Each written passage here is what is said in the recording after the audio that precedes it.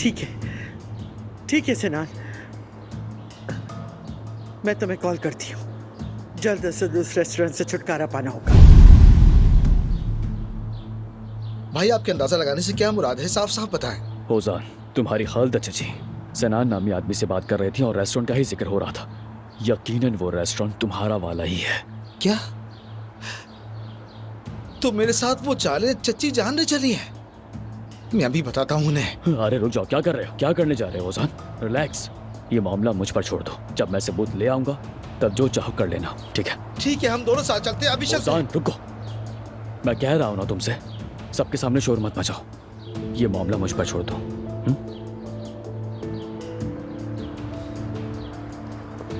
अच्छा बताओ, जुमाना के साथ मामला ठीक चल रहा है? बिल्कुल भी अच्छे नहीं है भाई।